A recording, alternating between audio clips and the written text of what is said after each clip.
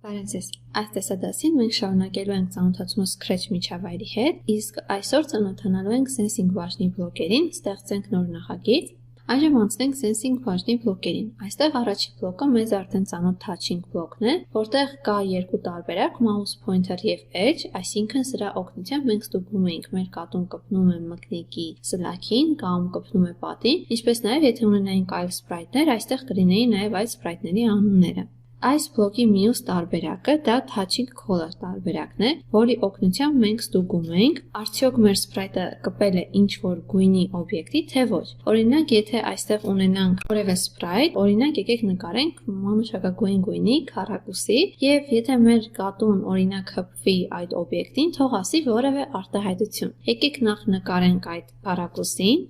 Եվ անցնենք կոդ բաժինը, այստեղ պետք է այս կանաչ գույնի փոխարեն լինի մեր մանուշակագույնը, որպեսզի վերցնենք հենց այն գույնը, որը որ էկրանի վրա է, այստեղ սեղմում ենք այս կոճակի վրա եւ պահում մեր ուզած գույնի վրա։ Եվ տեսեք Touching Color-ի կողքին արդեն այն գույնը, որը մենք ընտրել ենք քառակուսի նկարելիս։ Այժմ կոդավորման հատվածում մեզ անհրաժեշտ է դրոշակը forever-ը, որպեսզի այն անընդմեջ ստուգի արդյոք մենք կպանք այդ գույնին թե ոչ, եւ if բլոկը, որի օգնությամբ կստուգենք արդյոք մենք կպանք մանուշակագույն գույնին թե ոչ։ Եթե այո, ապա թող կատարի հետեւյալ գործողությունը։ Օրինակ, ասի done արտահայտությունը։ Հիմա սեղմենք դրոշակը, կատվին տեղափոխենք այս քառակուսու մեջ եւ տեսեք այն ասեց done, քանի որ այն հպվեց մանուշակագույն գույնին։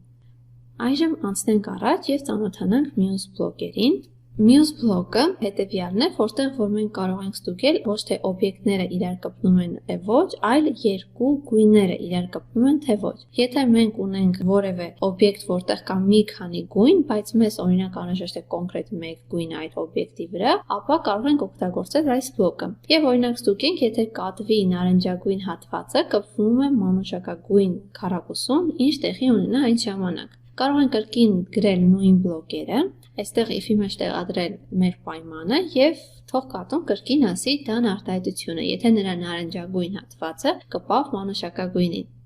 Քանի որ կատվի վրա տեսնում եք կա նաեւ սպիտակ, սև գույնի օբյեկտներ։ Եւ նա աշխատեց ու ասեց done։ Սա այդ բլոկը, այժմ անցնենք առաջ։ Հաջորդ բլոկը դա Distance to բլոկն է, որի օգնությամբ մենք կարող ենք իմանալ տարբեր առարկաների ու սպրայթների հեռավորությունը մեր կատվից։ Օրինակ, եկեք իմանանք մանուշակագույն քառակուսու հեռավորությունը կատվից։ Բայց որպեսզի մենք այդ ինֆորմացիան տեսնենք էկրանի վրա, մեզ անհրաժեշտ է Looks բաժնի Say բլոկը։ Եվ այստեղ hello արտահայտության փոխարեն, եթե տեղադրենք Distance to բլոկը, ապա դրոշակը սեղմելիս տեսնում ենք, որ կատուն կասի, թե որքան է հեռավորությունը մանուշակագույն օբյեկտի եւ նրա միջև։ Այդ արժեքը թիվը, որը որ գրվեց, դա նշված է պիքսելներով։ Ծանոթանանք մյուս բլոկին, որը որ կոչվում է ask եւ սպասել and wait։ Այստեղ մենք կարող ենք գրել ցանկացած հարց եւ դրոշակը սեղմելիս կատուն այդ հարցը կտա մեզ։ Այս բլոկը ունի նաեւ իր զույգը answer։ Երբ որ մենք պատասխանենք այդ հարցին տեքստային տարբերակով, այդ պատասխանը կպահպանվի այս answer բլոկի մեջ։ Եվ մենք կարող ենք օգտագործել այդ answer բլոկը, որ կատուն ասի այլ արտահայտություններ կապված մեր պատասխանի հետ։ Օրինակ, նա թող հարցնի մեր անունը եւ մեր պատասխանից հետո նա նշի hello եւ մեր անունը։ Այստեղ մեզ դրա համար անհրաժեշտ է say արտահայտության բլոկը, թող լինի hello եւ եւս մեկ say բլոկ տեղադրենք, որտեղ hello-ից հետո կասի մեր գրած պատասխանը, այսինքն մեր անունը։ Ուղղակի answer-ը տեղադրում ենք hello-ի փոխարեն, եկեք միշտ դա թաքցնենք այս մանուշակագույն օբյեկտը, եւ եթե ես հիմա սեղմեմ դրոշակը, այն հարցնում է what's your name, այսինքն ինչ է քո անունը, եւ եթե պատասխանը գրենք այստեղ, իմ անունն եմ գրում, սեղմում enter, նա ասում է hello եւ հետո ասում իմ անունը։ Այսինքն աշխատեց եւ այս բլոկը կարող ենք օգտագործել տարբեր հետաքրքիր հարցեր տալու, ինչպես նաեւ հետաքրքիր ասիստենտներ պատրաստելու համար։ Անցնենք առաջ, հաջորդ բլոկը Key Space Press բլոկն է, որին մենք մի փոքր ծանոթացել ենք սրանից առաջ։ Այդ բլոկի օգնությամբ մենք կարող ենք ստուգել արդյոք ստեղնաշարի որևէ կոճակ սեղմված է թե ոչ։ Բայց դրա համար մեզ անհրաժեշտ են forever եւ if բլոկերը, որոնց օգնությամբ անդադար կստուգվի արդյոք տվյալ կոճակը սեղմված է թե ոչ։ Եվ անենք այնպես, որ երբ ես կսեղմեմ space-ը, թող կատուն ասի որևէ արտահայտություն, կրկին օգտագործենք say բլոկը։ Եվ ես անդադար սեղմեմ եմ space կոճակը, մեր կատուն անդադար կասի hello արտահայտությունը։ Սա կարող ենք օգտագործել նաև կատուին տեղաշարժելու համար, աջ, ձախ, վերև, ներքև կամ այլ տարբերակների համար, այլ սպրայթների համար։ Անցնենք առաջ։ Հաջորդ բլոկը սա mouse down բլոկն է։ Mouse down բլոկի իմաստը ստուգել արդյոք մկնիկը սեղմված է թե ոչ։ Եթե մկնիկը սեղմված է, անի այն գործողությունը, որը որ մենք կնշենք։ Օրինակ, եթե տեղադրեմ mouse down-ը if-ի մեջ եւ այստեղ նշեմ, որ երբ mouse down է, այսինքն երբ մկնիկը սեղմված է, թող կատուն հանի ձայն։ Այստեղ դնենք start sound բլոկը եւ այժմ եթե սեղմենք դրոշակը, ամեն անգամ մկնիկը սեղմելուց կատուն կհանի ձայն։ Անցնենք առաջ։ Այստեղ մկնիկի հետ կապված կա եւս երկու հետաքրքիր բլոկ, դա mouse X եւ mouse Y կամ mouse Y բլոկերն են, որոնց օգնությամբ մենք կարող ենք իմանալ մկնիկի սլաքի կոորդինատները, X եւ Y կոորդինատները, եւ նշել, որ ամեն անգամ անդադար մեր կատուն հետևի մկնիկի X եւ Y կոորդինատներին։ Դրա համար մեզ անհրաժեշտ է motion բաժնի